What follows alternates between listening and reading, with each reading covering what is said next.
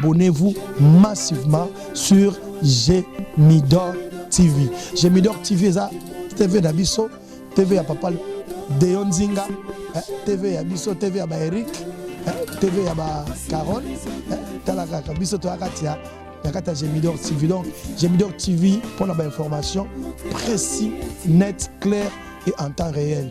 Talaka Gémidor TV Nakatia TV, Mathieu Libaya. Marketing, marketing Moko, il a joué Kopalier Nango, félicitations à lui, et je sais que Congolais déjà dans ce sens-là, Toza, une des nations Landa Makambo, et puis je pense que ça a suivi, et puis ça fait effet boule de neige, je félicite, et déjà c'est une très très bonne marketing, notamment en équipe naïe, stratégique, je pense que même Adidas a satisfait notamment la vente, tout ça surtout. C'est très positif. Au-delà, en gros, il faut avoir la vision européenne à long terme. Ça ne doit pas finir uniquement dans le cadre. Il y a événements où qu'Adidas soit par exemple partenaire naïe tout au long de la vie avec un contrat significatif.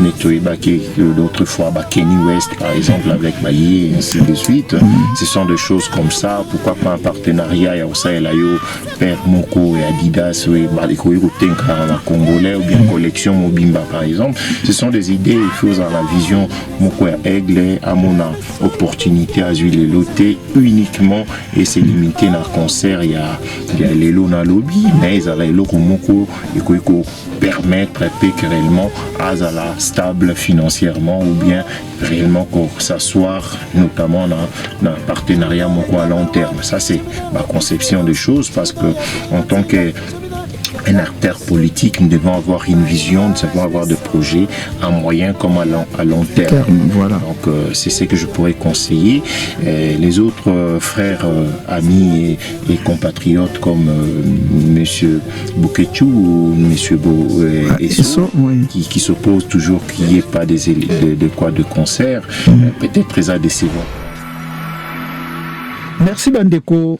Yabino Molobe Leonzinga tokutami su mukola lelo na bilombe ndenge kaka ezalaka to solola vraiment mukola lelo na makambo ezoleka na mboka komona pe ndenge mokonzi ya mboka oyo abengami na kombo ya Félix Antoine Tshisekedi ndenge azoyamba bandeko na yango format tokolinga to développer pe mukola lelo na kokende pena kopesa bandeko bambote ebele parce que lelo eza mukolo moko exceptionnel kati na poto awa komona oyo ezali musicien munene ya kati ya mboka ekolo Congo oyo azobeta pena Adidas Arena topesi pe longonya parce que ça facilité. Merci beaucoup Ferregola bambote ebele puis bon courage à toi.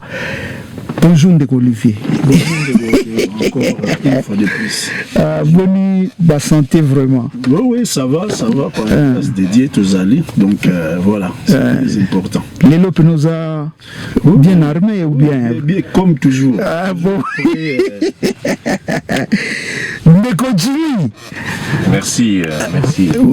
On santé vraiment. De grâce, une fois de plus, Netokutani, Tebako solo la ezali masolo ya mboka, masolo esalaka ete toyeba évolution ya mboka ndenge ezali kokende. Une fois de plus, merci. Na koyambanga na plateau et puis merci na bandeko nyonso bazali kolanda. D'accord. En tout cas, lelo bobengami vraiment poto solo la tozala na même esprit parce que makambo ezoleka na mboka ezos déranger pezo sala pasi na bandeko ebele komona Félix oyo ezalaki ke bandeko mingi bazaki na kobanga pe pasi ke komona ke abandaki komona na te mais alors que azalaki na Kinshasa kosala musala ndenge sengeli koyamba bandeko ndenge sengeli enfin ke bayeba vraiment koluka moi osaturement na kosala gouvernement ya sika mais tomonaki makambo elobamaki mingi nayebite tokende pena epai ya Ndeko Jimmy parce que ye paza moko oyo azo evre kat na politique kotuna vraiment est-ce que stratégie oyo ye azwi sikoyo lokola China rambo nde tomonaki kaka eza malamu to mabe. Merci déjà Motuna, mais une chose est vraie, moi je suis de l'Union Sacrée, il faut débat, je suis au cadre Nakati à parti ACP, il y a parti cher, il y a gouverneur, il y a Ville à Kinshasa, Jean-Tini Ngobila. En tant que Moko et Union Sacrée, je pense que ça, Kolandate, Nengo Siliko Lobela, Nengo Siliko Maniela, les questions nayo, je pense que le président de la République, Azalaki, a déplacement officiellement, et puis il faut y avoir que cabinet naye Silei Koloba. La spéculation, bien sûr, autour, il y a Jouroyo, na qui commenté en côté. Pour des raisons on a évoqué. Voilà. D'accord. Donc Olivier, tout le monde est kaka président Batunyo Sobaleli, papa Bungi. Mais tout le monde a que papa Zane na Kishasa a consulté. Alors n'a vraiment n'a évité à changer directement le binon à lingi li soute ba trace makambo belé o ezaki liboso et banasiko azongi pena etant que papa na kati ndako ko sa musandenge sengeli. Est-ce que alandika china rambo ba trace na ye ou bien ezake yemo kwa lingi siko vraiment asa musande sengeli. En tout cas, merci pour la négociation. Bon, moi je pense que bon, c'est normal, hein, Zali, président de la République, et Razomon Anate, donc Zali, père de la nation. Voilà. Tu vas s'inquiéter, pour Messana au monde, Koyokaye, tout ce monde a été souté, tout ce Yokaye souté, c'est normal, parce que Zali, Nenge, disons, Messani Sarabato. Voilà. Mais moi, je pense que, donc, posture au Azuisiko, il y a beaucoup plus discret. C'est mieux d'ailleurs. Alandi n'a prédécesseur n'a été, mais je crois que c'est mieux. Donc, ils vaut mieux Moussa les aller belé, mais Makeli les a moins. Au monde en aura moins, mais ils ont travaillé en coulisses. Ils allaient plus mieux. Que comme Messani Sarabatou, faut pas mon il y a spéculation. Mona pour battre zela mingi naie musala et mona na sur terrain et musala là je pense à musala on mieux ce gazali en retrait mais à travailler durement n'enga ça là toujours et vous en a beaucoup plus mieux pour nous changer pe moi ezaleli ya biso. D'accord. Oh bah tu vas mesana ki nango mesana ki na bango zala mieux donc ezali au changement moi je trouve que ezali malamu et puis bravo à lui. Ah merci. Ndeko Jimmy tokokemba moko kota pena na moboko émission comme on a été yo dernière fois to le cas qui émission to pesa ki batu o ezala ki vraiment que comme on a ba numéro tout ça pour na élection mais du coup to yebite qu'est-ce qui se passe au juste soki okoki ko talisa bandeko o balanda biso parce que ba on a biso ba moins sérieux ba ni to lobaki makambu o esalamite o kokisa eloko nini o esali esalamate. Oui, merci beaucoup. La question est alliée à l'élection. Je suis candidat dans la circonscription à Massimanimba, à Kwilu. Je suis un de candidats parmi tant d'autres. On a une députation nationale et la provinciale. Moko ya bana ya boala, ndeba benga kangai kuna, ntsutsu boala, ngai antwalanzo, babenga kapé lokola, moko ya bango jeune plante. L'élection ezali na gestion ezali à gouvernance ezali son excellence monsieur Kadima ezali moko ya gestionnaire ya makambo etali CNI ezali organe moko indépendant ya gestion ya mboka donc bango ba juge qui bon été ba ko sala calendrier et réaménagement les alliés pesa élection non pas le 24 au 26 n'engezala qui prévu 24 mars au 26 avril mais bah pousser en gros à partir le 10 juin au 10 juillet pour la campagne et puis le 12 juillet tozali na élection na Massimanimba pena yakoma. Donc pour dire une fois de plus, il a dit dans deux circonscriptions où nous avons voté quitté, où CNI a remarqué qu'il était salaki désordre et permettre que l'élection soit arrêtée. Il a dit mon qu'on a Massimanimba na Kwilu et puis Yakoma na Ubangi. Donc, les élections zali, il y aura bel et bien des élections, mais tous en a campagne, n'a pas eu voter numéro Kingani, mais toutefois, tous en a ça là aux promotions, bien sûr, qu'on vulgariser sur le Tokoy Koloba, les ali Kombo, il y a Ndeko Jimmy Mpezo na Masimanimba. Ndeko Jimmy Mpezo alekaka na radio Mangela, ils ali na F90, FM 90.0. La fréquence à Masimanimba et puis tous avez ça la action concrète, notamment ceux qui n'ont pas eu Kolobali Soussou, ceux qui ont eu la Europée, aussi ko Tchaba, puis il y a Maï, ba source, tout tu quoi aménager 2 sources na Wezali na territoire Mosango, pour permettre de bandeko ba kozwa Maï Bopeto, Maï Peto parce que tout le monde a une bambo Kwango ma place bazora maï est vraiment insalubre ma flaque à maï est vraiment qui tout côté et puis tu as ma longue ezati ezali tu as bambou ezali vraiment pas si mingi moi na mboka Jimmy Mpezo na travers la fondation Jimmy Mpezo ezali nous avons présider tout ce qui coûte ba maï pour permettre de c'est la bango ba fontaine il y a source et puis bonne nouvelle ezali sous-souhaité na juin juillet tous avez coûte premier ezali institut il y a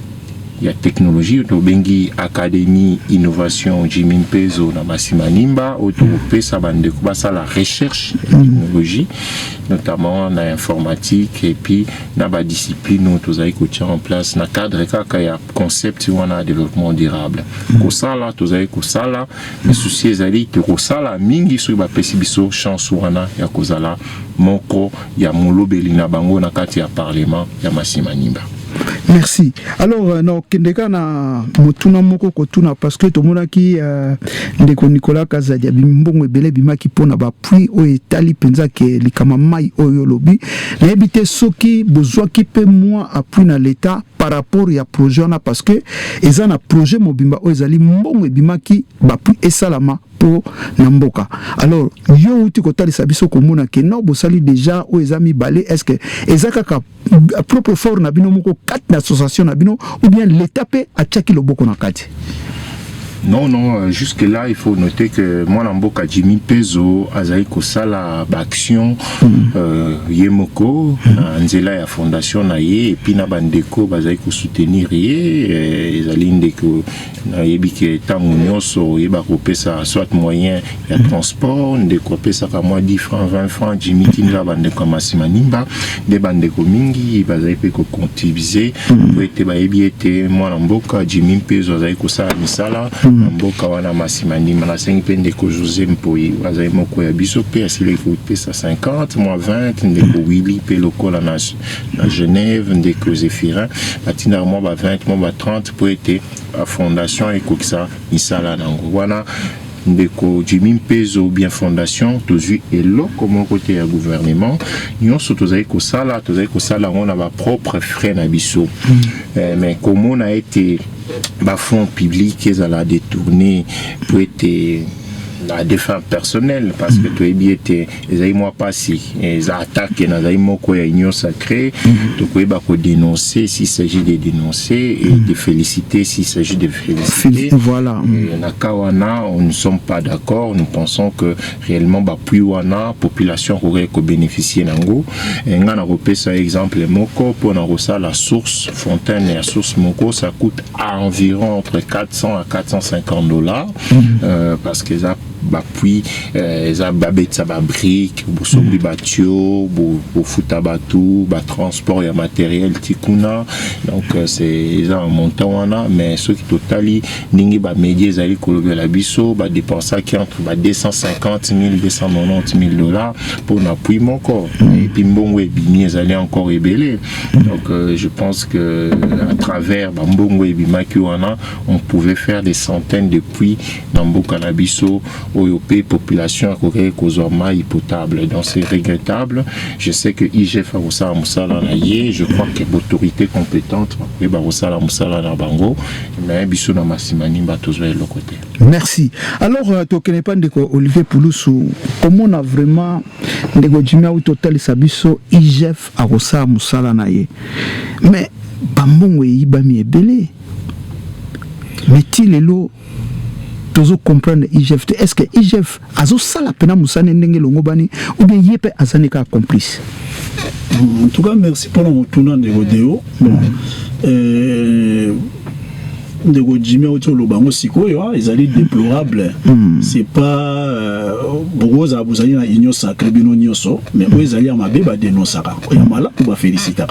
Parce que ce qui est commis au bête à ma boko, na ou à ma bé, voilà toujours sungati.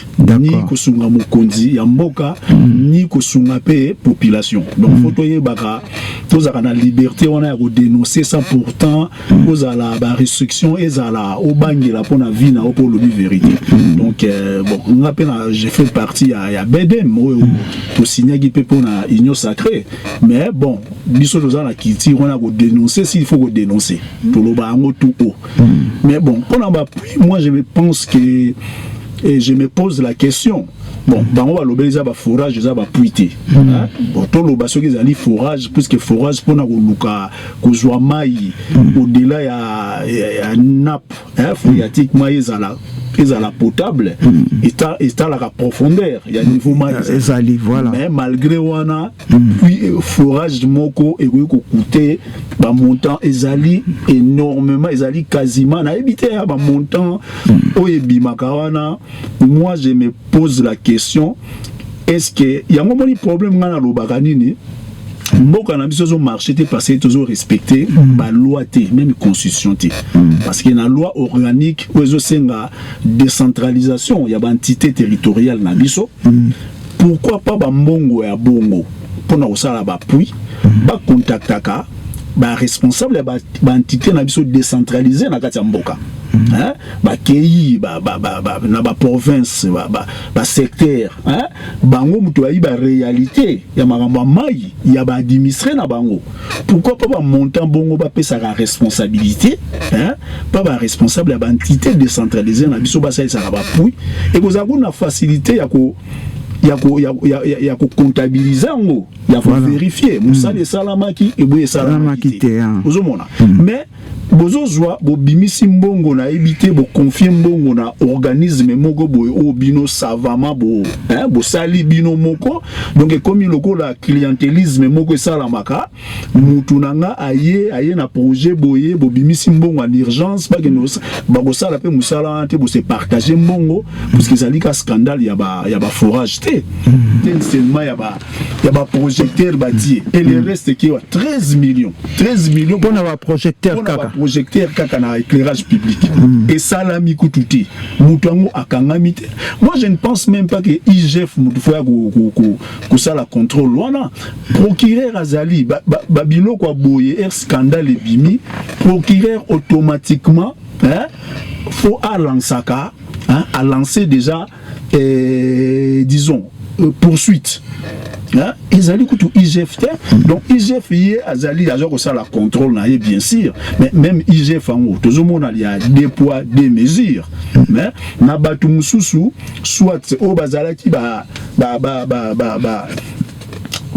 disons outa qui peut-être un ancien régime ou boye ou bazali na moi parcelle il y a la responsabilité sur les kambeko IGF ayo kanaka mutali boso mais na bateau bazali tozali bazali tenant pouvoir actuel ou bazali vraiment na manette à commande sur le scandale à bozo bima to ka komba IGF et je pense même Nayoki procureur hein, a engagé la poursuite hein, pour vérifier la situation.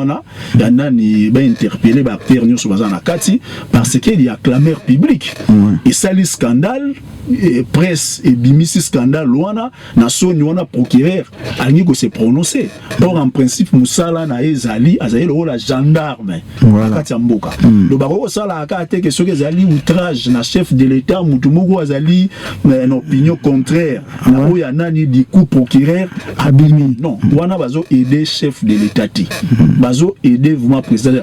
Ngana yo la président Mawa. La président Mawa du fait que Moussala ou Yazali nango bato ebele baza ko entourer baza ko faciliter.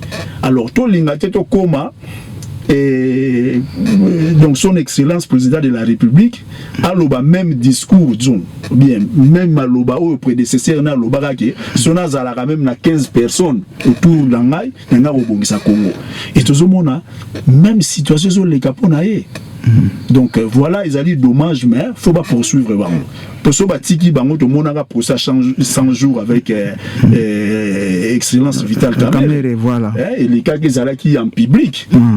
Jugement salama qui tout le monde qui auto monde qui moutonio sa juge qui va go juger. Pourquoi pas ndeko Nicolas Gazadi, son excellence, à l'écart, soit innocent, pas innocenté, soit coupable, justice peut sanctionner. Voilà. Donc, on est pour mbongo, ils allaient à contribuable, ils allaient à héritage à parents a été, il y a famille a été, ils allaient mbongo à contribuer, ils allaient à payer. Donc, procureur, il faut pas sanctionner.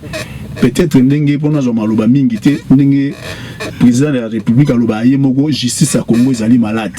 Alors baluka ceux qui sont malades faut baluka ba pesa même traitement de choc na justice ango pour beaucoup qui malamu. Merci ndeko Pulusu. Mais ndeko Jimmy yoza na kati penza o ezali ya politique oyo bengami bongo epa ya ndeko na biso to papa na biso Gentil Ngobila.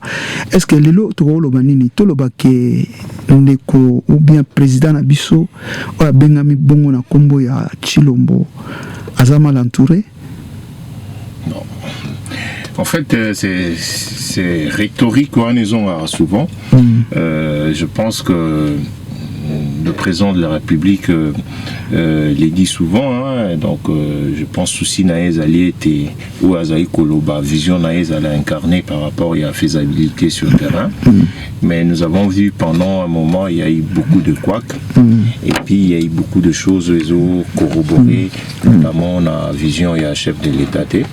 Mais il fait un travail énorme, il travaille aussi à dénoncer, et je sais que Dieu, grâce, oui, Kosunga était projet, et puis l'objectif est à l'atteindre.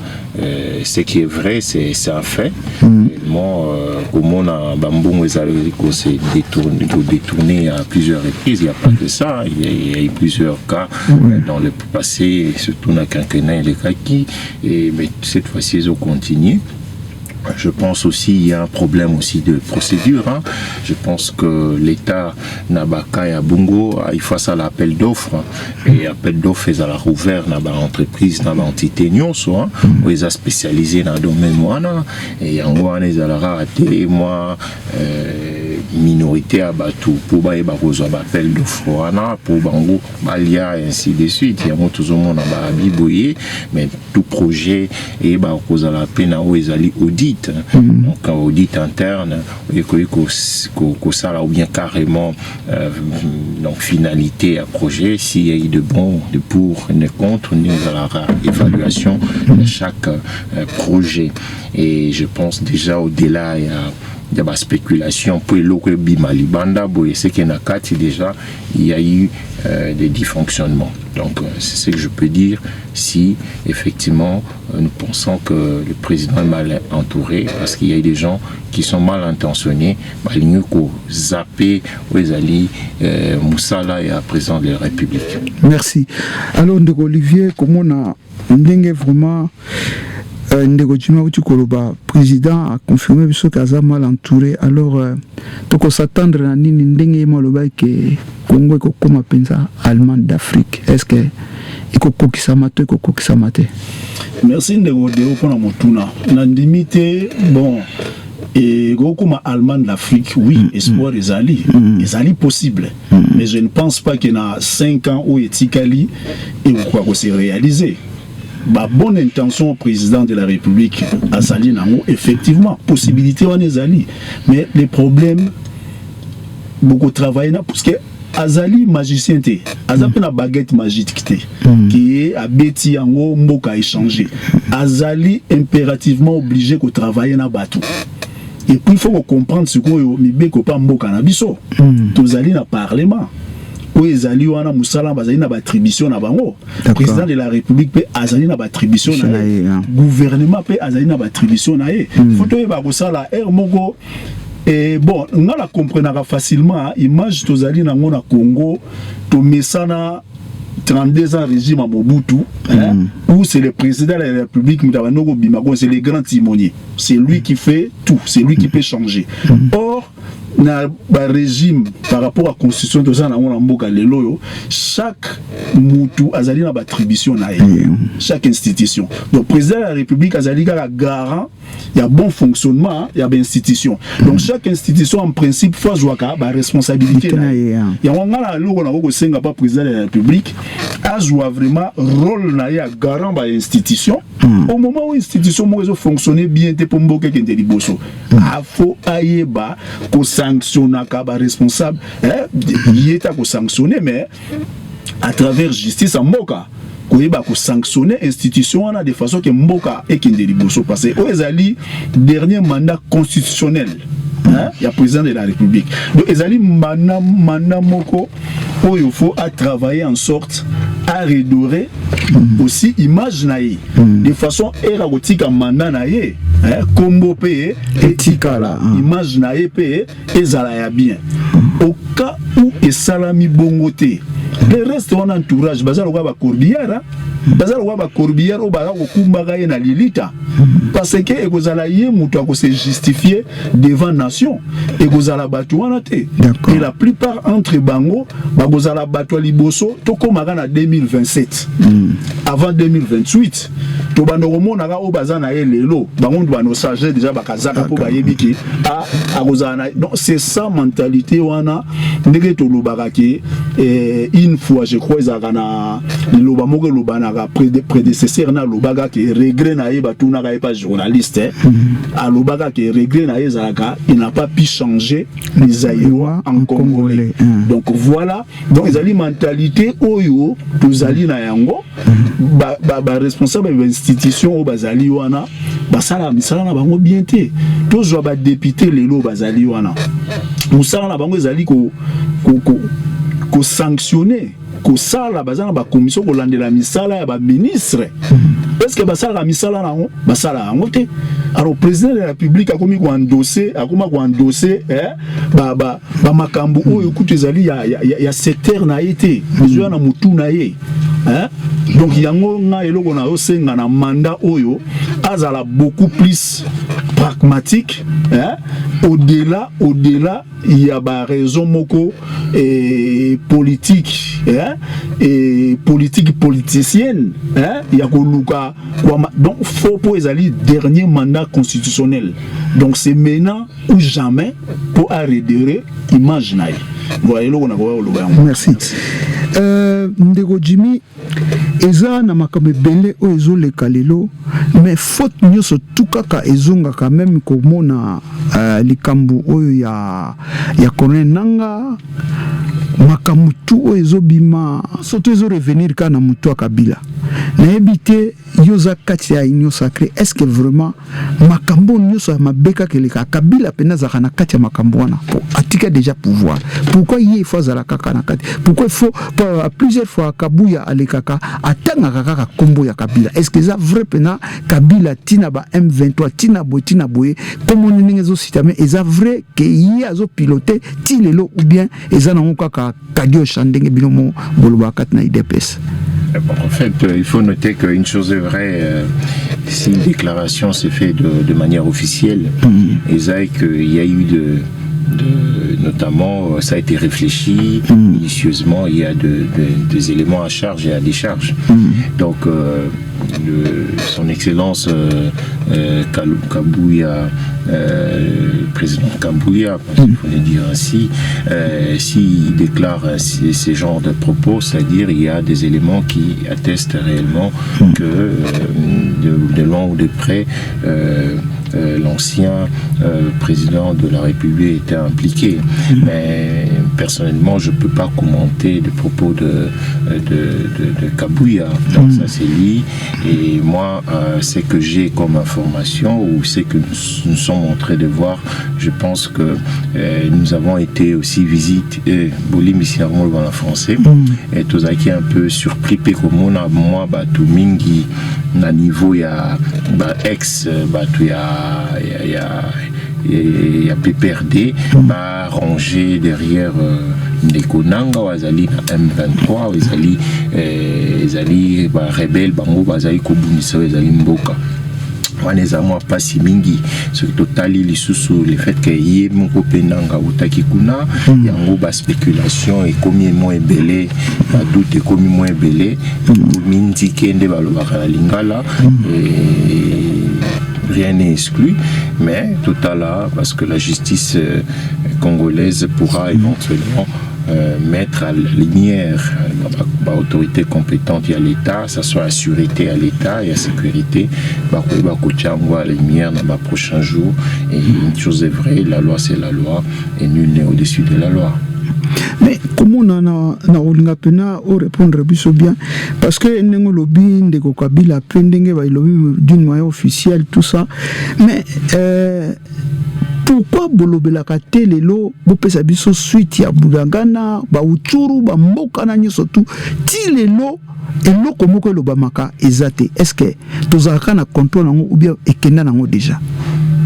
Non, en fait, il faut savoir que le Congo a été agressé et comme nous savons, l'État congolais officiellement a toujours dénoncé. Je fais allusion à son Excellence Patrick Mouyaya, qui est le ministre de l'Information. Il a toujours haut et fort dénoncé cette implication du Rwanda, Nakati Mboka Nabiso RDC, a dénoncé Kango haut et fort.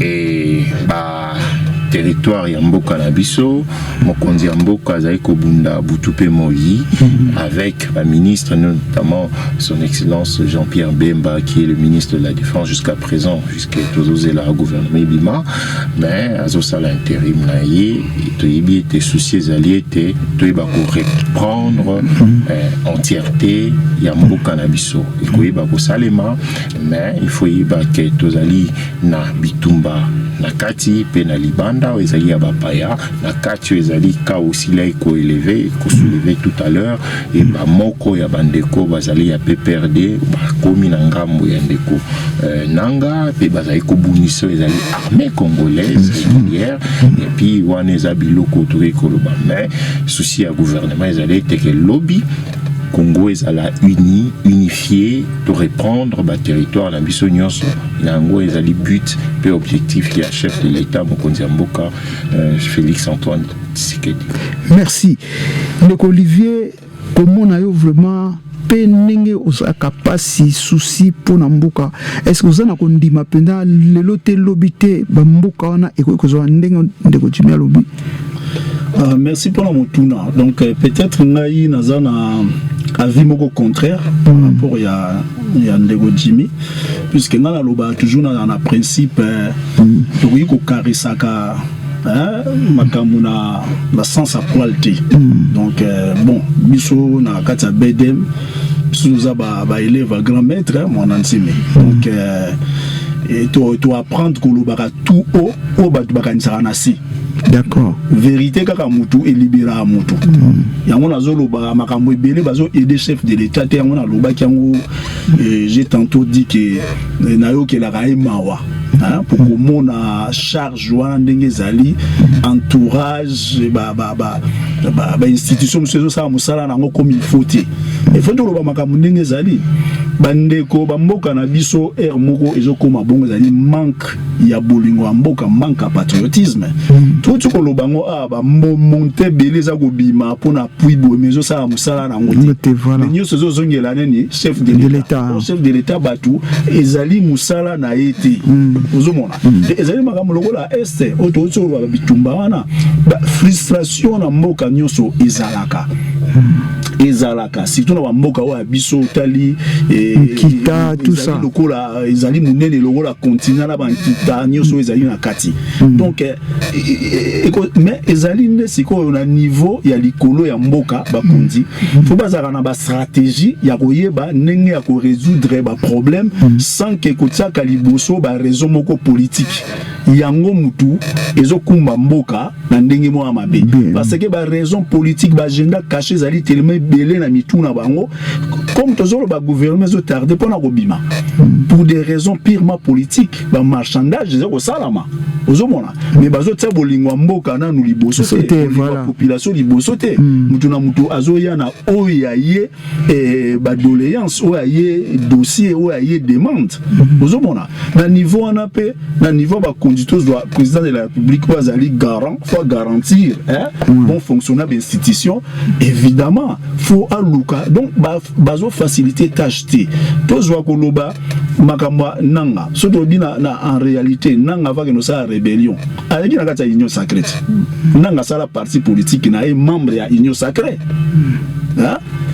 membre ya union sacrée autaki na FCCTO ya Kabila ya ndeko Kabila ayaki na kati ya union sacrée ba membre za la PPRD eza ya IDPS tozoko mona eza kutu moko ya MLC ou quoi ya ba même ya INC ya ba parti tozo mona lelo bazali kuna na nanga parce que zali ni frustration siko ba kondifo ba eba ndenge ni ya kosala pona kokata hémorragie wana hémorragie wana okata makate na ndenga bitumba parce que tozo mona ngo sur le terrain makambu lelo boye lobi boye alors faut nena zoloba bazala pragmatique ezali kambo ya sonité po oba okufa bazali bandeko peut-être moi na kisasa ba santaka te parce que azali na kisasa musique ezobeta azo sentir azo mona bazo yebise makamba est azo kanta est ezala na Yougoslavie ex Yougoslavie ozomona donc la ex azo kanta que est ezala kasoki na pays ni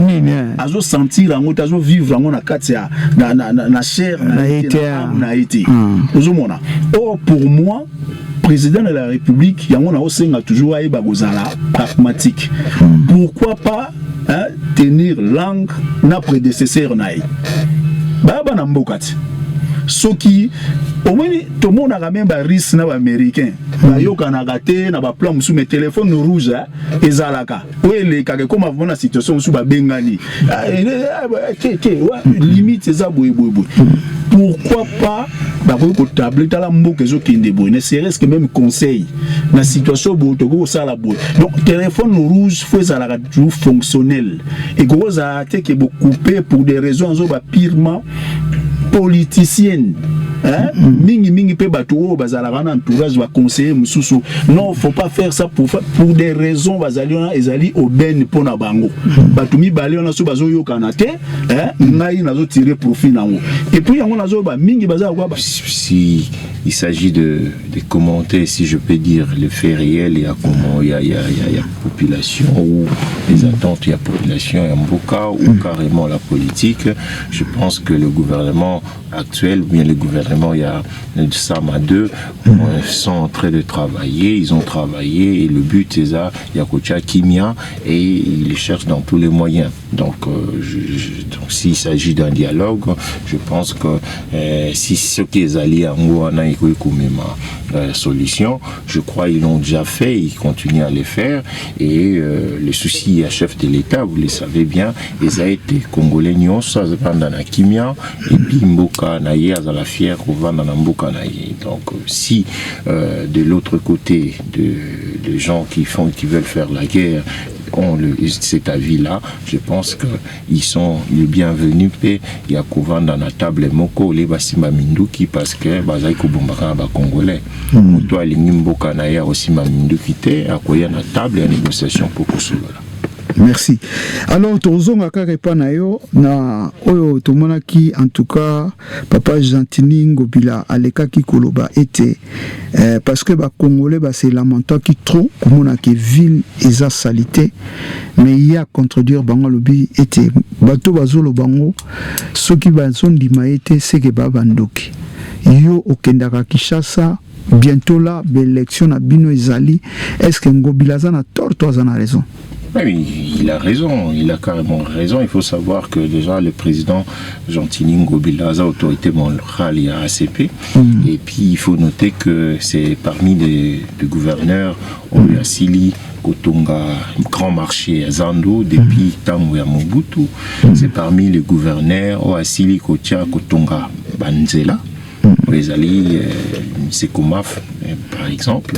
Azali, parmi les gouverneurs, Asi Kocha Minda, parce qu'il y a une ville à Kinshasa, son prédécesseur, Atikaka Minda Mibale Misato. Azali, parmi les présidents, les gouverneurs plutôt, où Azali travaillait nuit et jour, à Salier, Telelo, la ville, la barrière, notamment à boulevard Lumumba, Netinaka Alimete. Les lots, on sent que tout ça un peu, Netina, parc notamment, je fais allusion à la 3e rue. Parc ya Maman Marthe, Tomoni Pelokola na Kalamu Pelokola, bastie ba place ya kitoko, tout bakoki kanga photo ainsi de suite. Et je pense qu'il a fait un travail, ça mérite d'être réellement félicité. On ne peut pas toujours Kolobamabe parce qu'il faut le dire, mais il faut le dire aussi, il est en train de faire un travail, mais c'est pas facile parce que Boebi était Azali parmi les gouverneurs où Azali combattu, qui a été combattu déjà Monakiango lors de l'élection, et puis vous avez comme un acharnement autour de sa personne. Et le président autorité morale Gentini Ngobila, c'est un Quinois dans l'âme et dans l'esprit. Merci. Ndeko Olivier, motuna opena tokotuna yo parce que tolingi to kapé avina yo parce que ndeko Jimmy ya zapena moko kati na lisanga o eza ya papa Gentini Ngobila akoluka kaka dribbler biso mais na yebi ke yo ko ya pe na apport mususu par rapport à makamwana. Est-ce que vraiment ndeko Gentini Ngobila tanga zoloba ke ville bopeto est-ce que lelo tokoloba ke Kinshasa ville à Kinshasa eza bopeto? Merci beaucoup de Godéo na Motuna. Bon, évidemment, nous allons comprendre de Jimmy Azali Moko Nakati, Moko Bakati Nakati ACP. Donc, à couper, disons, à donc bon, voilà, je comprends, hein, je comprends. Au moni, bon, n'engue n'a répété toujours. Heureusement, biso msuto za école wana ya Bosolo. Ya Bosolo, voilà. Je comprends position nae, c'est tout à fait normal. Donc moi je dirais que Nazali a été que pona lukaka oui, ndeko Ngobila aza kosala oya koki kosala. Mais oya koki kosala ezali yango te so salama. Mais azo meka kosala. Bon malheureusement mandat na ezali pe na suka na yeko mona alamuki mingi makasi pe kaka na suka mandat peut-être pour na ko redorer un peu moins image na ye avant alonga ça se comprend. Mais bon Kisasa oya koloba toko koloba te que totalement sali le côté asali oya kogayi kosala. D'accord. Et puis ngai lo na za nango d'accord te na bilan ya mutu balobaka ke mutu asali boye ye muta tongaki boye mais za mbonga poche na eta za mbonga famille na eta. Donc c'est tout à fait logique. Faut ça la musala na parce que loko totiela ye na ville à Kinshasa asa la biso musala po ba sali na biso biso muto ayi ba konzi na bango. Mais to ko lobaka te même na bilan mutu j'ai fait ça quoi ça na mbongo na été ni ya libota na yi zali mbongo ya contribuable de denga na mitunaka ceux qui vont balingi basa bo peto ngo ya solo na Kisasa na éviter ba marché ba sala kana ba entreprise ya construction tous par exemple donc ezali c'est comme si na moi et comment mafia moko bien organisée ça va na mboka na biso de façon que mbongo ebima kaka comment voulez-vous tous wakala na ba terrasse hein ba terrasse ni tous na Kisasa ba sala eza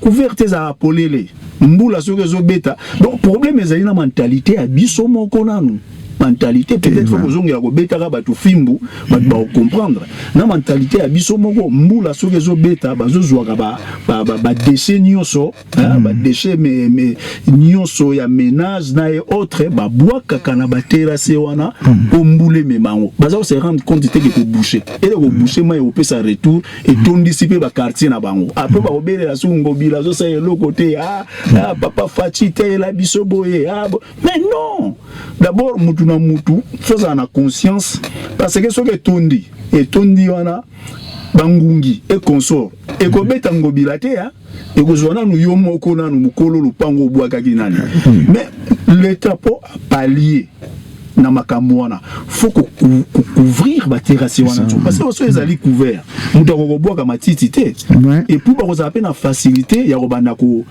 entretenir ngonde to mona na ba mboka o to zali ozomona bino botsala ba terrasse c'est bien bravo mais botika ngo ouvert mbula na ba chaussée na biso ezalaka na pavé forcément mbula ero beta basé l'oignon soana ezongaka nango kaka na terrasse terrasse ekoma nini boucher bokoya bolongoli pe matiti bozika ba matiti wana basalitango botika ngo pe ka libanda mbula ero beta ezongi na kati parce que bozwa susu marché mbula lete ko bima po boa kolongola ngo liso yango na lobiza wa mafia moko bien organisé orchestré pour na mbongo l'état et bima kaka na likambu moko c'est ça le grand problème.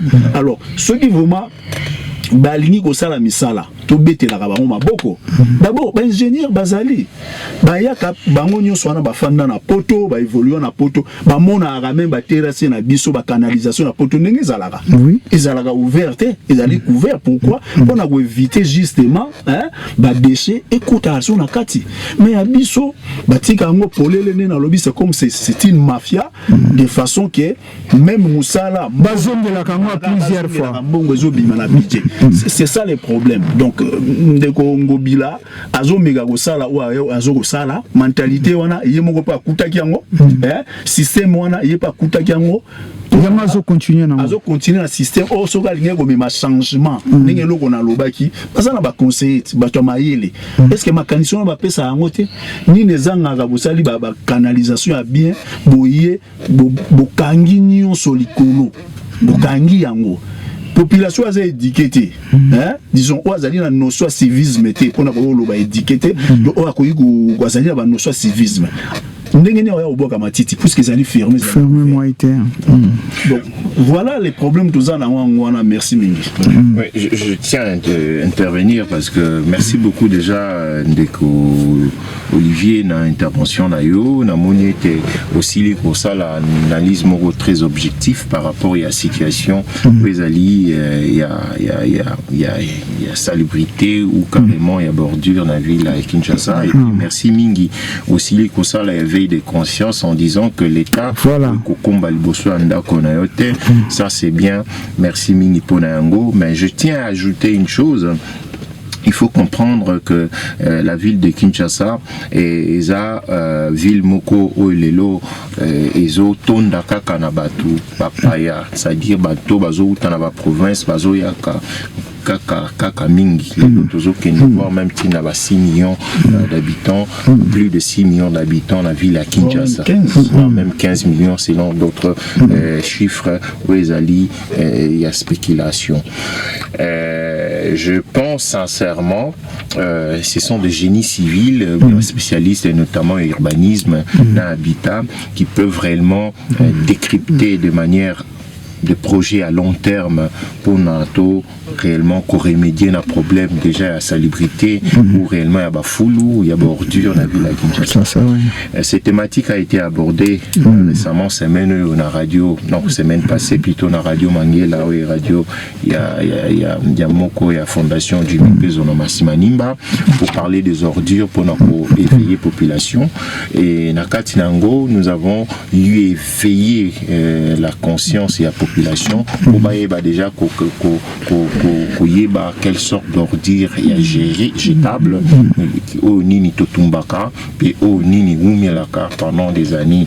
Moi j'ai j'ai apporté ce qu'on appelle une expertise, notamment la valorisation des déchets. Donc, comment on peut valoriser un déchet au comme ça, on réutiliser un goût pendant temps et belé. C'est cette conception, cette idéologie-là, les Kinois doivent l'avoir. D'accord. Voyons aujourd'hui la ville de Kinshasa chasser Zali et belé. Et ça partout, on trouve des sachets partout, plastique. Et ça partout, on les trouve partout. Et ça, on a jus, on a bouteille à jus, chasser plastique, et maï, melaka, coutango partout.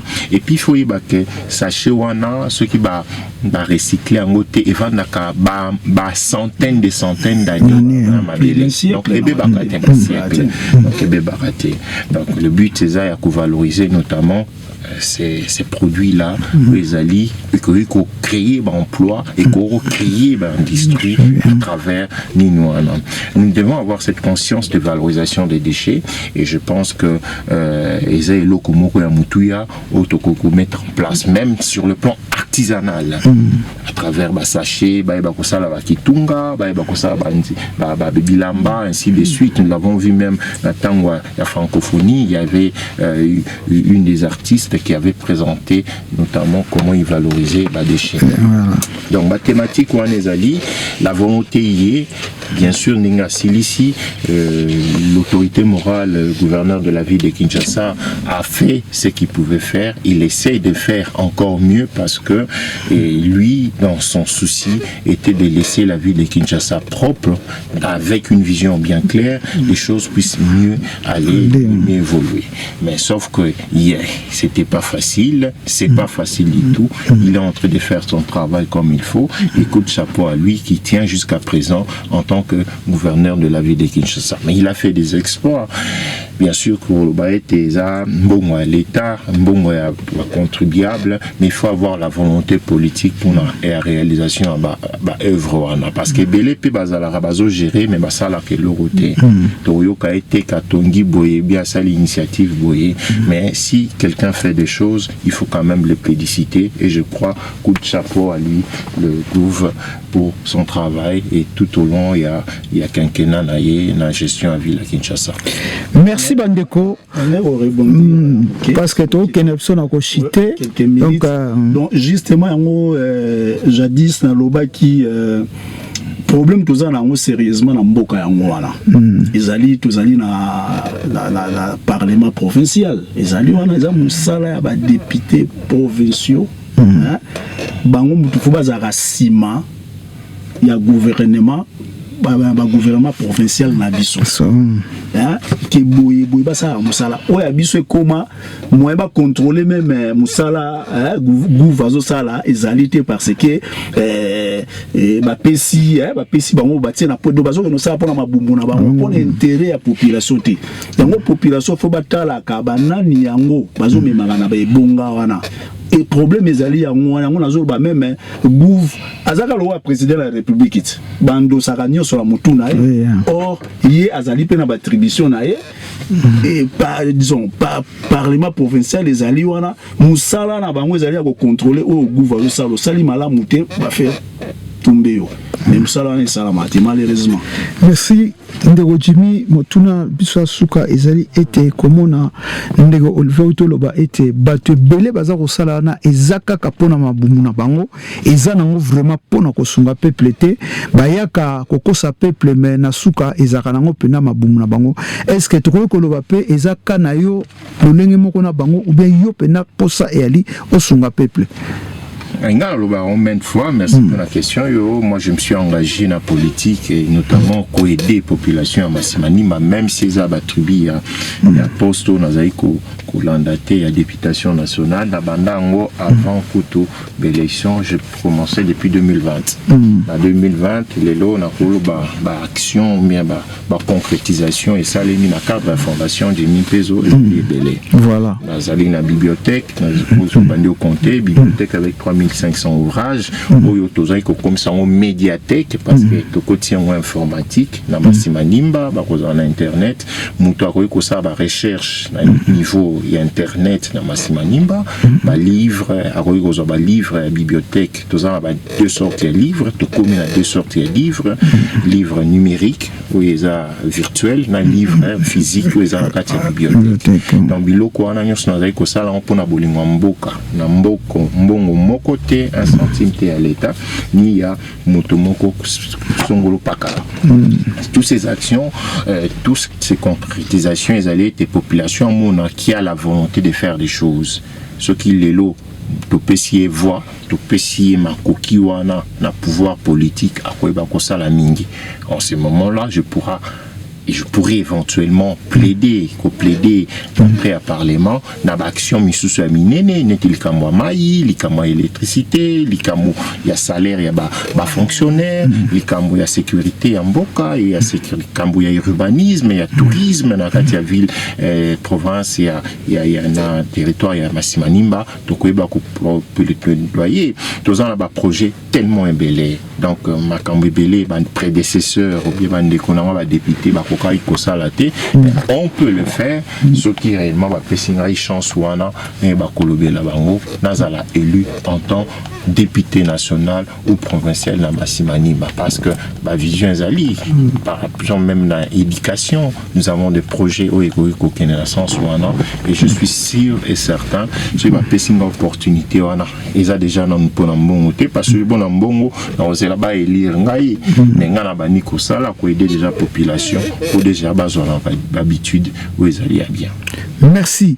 Nango to kopé na suka émission na biso parce que ceux qui to landi to kende tinati awa makambo ya politique ekendaka musika mingi parce que mituna eza ebele metango nde ezo permettre bisote bande ko bolimbisi ndeko jimina na kete mais ndeko jimi d'élection ngo okoyi kozonga o confirmer so ba date parce que le 10 juin au 10 juillet la campagne et puis le 12 juillet na Masimanimba nde tozali tokotia kuta internet tolobi to bombo le kana Jemidor TV awa en direct à partir de Masimanimba wana tokoyeba kozwa relais na YouTube pour kotala ndenge nini élection za koleka et puis émission mususu koyeba koleka direct na Jemidor TV c'est-à-dire pour tala kende kuna mboka kuna Masimanimba ndenge élection za kosala parce que tous déjà moi équipe mongo sur terrain ba kosala déjà ba décryptage ou bien ba reportage na pourquoi nous sali émission et puis toleki na plateau a bandeko ba kolanda biso awa na Jemidor TV.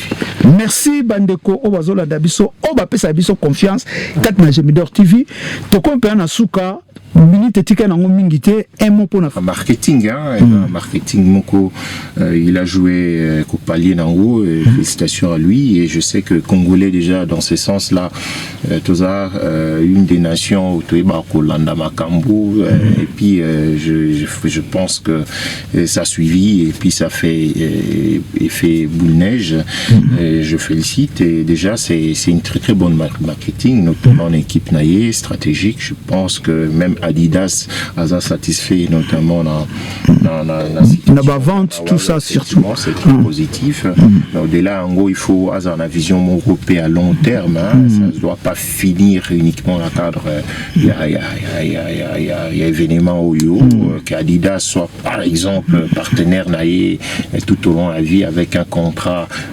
significatif d'autres fois Kenny West par exemple avec Baye et ainsi de suite ce sont des choses comme ça pourquoi pas un partenariat ya Osaela yo Père Moko et Adidas et Congolais ou bien collection Mobimba par exemple ce sont des idées il faut avoir la vision Moko ya Aigle à mon opportunité à jouer les lotés uniquement et c'est limité dans le concert il y a les lona lobby mais ils allaient le Moko et permettre que réellement Azala stable financièrement ou bien réellement s'asseoir notamment dans un partenariat à long terme. Ça c'est ma conception des choses parce que en tant que un acteur politique, nous devons avoir une vision, nous devons avoir des projets à moyen comme à long terme. Voilà. Donc c'est ce que je pourrais conseiller. Les autres frères, amis et compatriotes comme Monsieur Boketu ou Monsieur Esso, oui, qui s'opposent toujours qu'il n'y ait pas de concert, peut-être très décevant pour Nabango, mais ils doivent comprendre que les décisions d'aujourd'hui, c'est pas celles d'hier. Le monde bouge et bougera. Na makambo boye mon décision les lots téléméla loko mais loboko téléméla voilà. Donc il faut comprendre tant aux anango, c'est même le slogan à campagne nanga la betara au melung. Donc c'est les moments, je pense c'est les moments que musique et comme kozonga, mais musique ango ezonga na ndenge bien, parce que nous savons aussi les musiques pesara naba moi ma dérive dans le passé, et s'ils peuvent réellement le contrôler de manière à ce que ça soit bénéfique, de manière culturelle, éducative, et je pense que ça serait quelque chose de bien déjà pour image ya mboka na biso, ça c'est un, et puis déjà image bien que promouvoir pays artiste na biso na marché mondial où ils a vraiment saturé, notamment ba nigérian ou bien ba sénégalais, ba malien au bazo au côté ka, et puis bazo sala ba salébélé en monde. Merci. Donc Olivier Kozong sa musique na poto intérêt na ngwezani. Bon, musique et bêta marango, merci pour la motuna, musique et bêta marango, bien que toi non mon orchestre peut-être vendre royal sous-sauté, mais baba tous en babar na poto, banganda ezali communautaire. Musique et bêta quand même ba obanos opposé na ba bina ba même musique yango. Donc moi je dirais que ba décision les oamaka ezaka malamu, ndenge ndeko Jimmy Outiko Loba, ezaka malamu na époque moko boye donné, siko to komi pe na tamoko mususu. Je crois ezali faut ba relativiser. Donc culture na biso, puisque culture faut que bezali source ya entrée à ba devise na mboka na biso. En plus to lo rumba ils a déjà patrimoine universel. Oui. Na UNESCO, faut bo promouvoir ango, parce que so bezo promouvoir ango petize libanda, ba golongola ango na statut na ngo ezali. Donc pour pas promouvoir ango, je crois ba promouvoir ango beaucoup plus na extérieur. Donc éthique à la communautaire mais kende au-delà, il y a communauté africaine ou congolaise en particulier. Donc moi je pense que musique pour ba dériver à la tête, d'abord ba mo ba acteur, il y a musique, il y a un artiste, faut pas le texte na bango, pour pas ça éducateur en masse. Donc ba lukaka te que la musique moko obscène ou bien biloko moko bongo, il y a un zomo un peu bandeko, comme hôtel melango pour ba dérive ezala qui voilà. Et pour les lots toujours le baka, donc jeunesse et abisso awa, donc bana o ba obotama awa ba mutu azali fitiri amboka na biso. Mais ceux qui déjà bazali dépravé déjà mentalement ou culturellement, alors à venir en Mokapé de Gozanate. Donc tout bazali ba responsable et véhiculer message ya malamu ou étali éducation il y a peuple pour na mboka et kendeli boso au lieu que tout les la toujours éternellement to pesa ka ba faute pas ya ba kondi ya mboka or biso moko pe tozali ba terre ya mboka wana pour na changement. Merci. Alors bandeko tokompa na suka ndega ezalaka bambote parce que toza ba responsable, nous sommes des parents, eza pe na batu mingi o balandaka biso o esenga pe ba dédicace parce que baza pe ba o basungaka biso batikaka biso te boyebi kaka nde na lobaka matériel to sala ezaka vraiment fragile, donc il faut koyeba ko bengisa pe bandeko oyo baza ba abonné te ba potakata Gemidor TV pour na kosunga ndeko yo pochaka commentaire te lukaka vraiment ochaka ta commentaire parce que yango eza une force aussi oyo ko sala ke biso to yaka toujours devant ba micro o koloba parce que makambo koloba eza belé tala ndeko Jimmy lelo a postulé bona boy, donc ceux qui biso to pesi à sincérité eza pas mingi yango to yaka na média toujours koloba. Alors to bande pas ndeko Jimmy 2-3 personnes bambote après tout si ça na biso émission vraiment to comme na souka. Oui, merci déjà, mes salutations déjà pour auditrices, auditeurs, téléspectatrices, téléspectateurs au bazali kolanda biso, bandeko nyonso ya communauté africaine na kati ya Suisse et puis Europe, bandeko nyonso au baebi ndeko Jimmy Pezo de loin de près, et sans oublier bandeko yo ezali ya Masimanimba na Kwilu au ba opportunité à kolanda émission yo na bosanité au ezali autorité morale au ezali Gentini Ngobilambaka au ezali moko ya numéro 1 ya parti politique, et puis na bosanité ba maman bango ba pesa ba biso makasi pe ba yeba ko pesa biso kimia pour être toi ba communion ezali pour combat oyo. Une fois de plus merci na ndenge ou invita kingai, et puis à très très bientôt.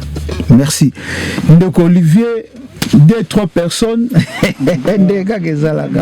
si mbote balandi na biso ya Gemidor TV continuer ko s'abonner ko landa biso, et puis na sengi na bandeko ya Masimanimba donc élection zo ya ndeko Jimmy azali wana azan expertise donc baluka bazana vraiment la volonté c'est maintenant ou jamais, c'est maintenant ou jamais balela changement de Guazali expertise ba œuvre déjà ou asala sur terrain asala ngo avant même que ba voter mazana bolingo wana ya contraint na ye, donc bazala pe na bolingo wana ya kotia maboko ba poussa ye na liboso kwa za molobeli na bango, voilà vous a dit to komingi, donc na pesi balandi na biso nyonso mbote ba famille na biso respective so de bito tanga ba kombo to ko tinati, voilà ba continuer ko landa biso. Merci pour na onde ko deo pour na ba émission toujours pour nous sensibiliser bandeko former pe bango, voilà. Merci mingi, merci vraiment bandeko boti kala malamu ya bino molobeli kati na Gemidor TV de Onzinga toza wana ka pona kosala éveil de conscience na bandeko na biso, parce que musala o eza facilité biso pe photo ya ko informa ka bino botelema bola la pongite, parce que bamboka na ezate na batumsu o ba ko luta misika ba ya ko bongisa mboka kaka biso moko na mwa muke otoza nango ndenge toto loba na émission ndenge bandeko baloba ko mona vraiment papa Gentini Ngobila akoki kaka ko sala nyonso tuté, mais asali o ya kokaki ko sala, félicitations na ye, merci mingi bandeko bio pe zo courage sala o yo koki ko sala tia un plus no kati na mboka, enfin que mboka na ekende liboso o lio zalaka ya ko beta ka dam ya ko tala ka batu ya ko finga ka batu eza na litoma mokote na ngoto kutani mbala sima kat na Gemidor TV botika la malamu, ciao.